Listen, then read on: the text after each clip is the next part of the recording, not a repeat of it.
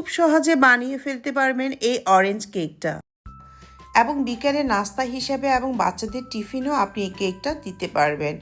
দেখুন কেমন সফট এবং ফ্লাফি হয়েছে। সাথে যা যা দিয়েছি এই কেক বানানোর জন্য 1 কাপ ময়দা আর দিয়ে দিয়েছি 2 চামচের মতো কর্নফ্লাওয়ার, যেটা কেকটাকে অনেক সফট করবে। দিয়ে দিচ্ছি 1 চা চামচের মতো বেকিং পাউডার আর দিচ্ছি 1/3 কাপের মতো গুঁড়ো দুধ। এখন আমি সবগুলোকে ভালো করে চেলে নিব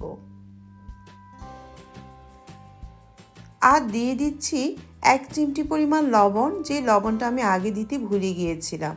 এখন আমি এগুলোকে আবারও চেলে নিচ্ছি। এখন শুকনো উপকরণগুলোকে একপাশে রেখে একটা বাটি নিয়ে নিয়েছি। দিয়ে দিচ্ছি রুম টেম্পারেচারে থাকা 4টি ডিম আর সাথে দিয়ে দিচ্ছি 1 কাপ পরিমাণ লাল চিনি। আপনারা চাইলে সাদা চিনিও দিতে পারবেন। চিনিটা আপনি কম বা বেশি পরিমাণ দিতে পারবেন যতটুকু মিষ্টি আপনি পছন্দ করেন।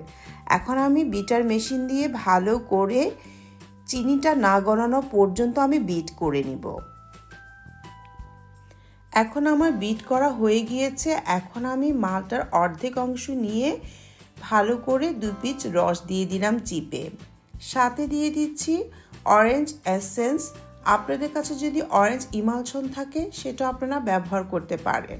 সাথে এই কেকের একটা ফ্লেভার আসবে অরেঞ্জের। এখন আমি বিটারের একটা কাটার দিয়ে ভালো করে শুকনো উপকরণগুলোকে একটু একটু করে দিয়ে বিটারে কাটা দিয়ে আমি ভালো করে আলতোভাবে নেড়ে নিচ্ছি। সব শুকনো উপকরণ কিন্তু একসাথে দেওয়া যাবে না। কেক তৈরি করতে গেলে অল্প অল্প শুকনো উপকরণ দিয়ে ভালো করে আলতো করে গুলিয়ে নিতে হবে।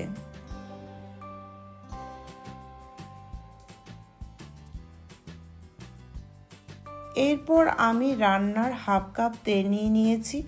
আপনারা চাইলে ঘি এবং তেল 1/2 কাপ পরিমাণ নিতে পারেন, আবার চাইলে গলানো বাটারও দিতে পারেন। এরপর আমি একটু একটু করে তেল দিব আর শুকনো উপকরণগুলো একটু একটু করে দিয়ে বিটারের কাটা দিয়ে আলতো করে মিশিয়ে নিব।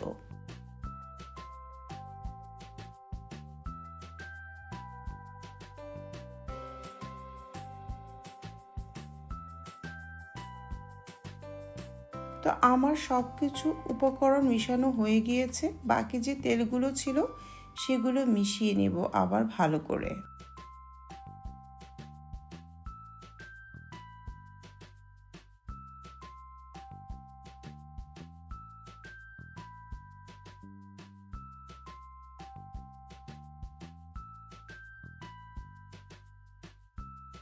এরপর আমি যে মোল্ডের মধ্যে আমি এই কেকের উপকরণগুলো দিয়ে দিব, সেই মোল্ডটাকে আগে আমি একটা সাধারণ কাগজ দিয়ে তেল দিয়ে লাগিয়ে নিয়েছি।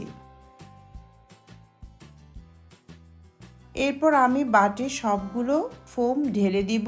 এরপরে আমি এটাকে ট্যাপ ট্যাপ করে নিব। আমি আগেই চুলায় একটা দস্তার কড়াই দিয়ে দিয়েছি এবং আমি এটাকে 15 মিনিটের মতো গরম করে নিয়েছি। এখন আমি আমার এই কেকের মোল্ডটা এখানে দিয়ে দিয়েছি। তো আমার 20 মিনিটের মতো লেগেছে কেকটা হতে। আপনারা চাইলে এটা ইলেকট্রিক ওভেনে করলেও করে নিতে পারেন 10 মিনিটের মতো। তো চুলায় করলে কিন্তু কেকের উপরে তেমন কালার আসবে না। তো আমার কেকটা হয়ে গিয়েছে। আশা করছি ভিডিওটা আপনাদের ভালো লাগবে। ভালো লাগলে অবশ্যই শেয়ার করবেন। আজকের মতো এখানেই শেষ করছি। আবারও কোনো নতুন রেসিপি নিয়ে হাজির হয়ে যাব। আল্লাহ হাফেজ।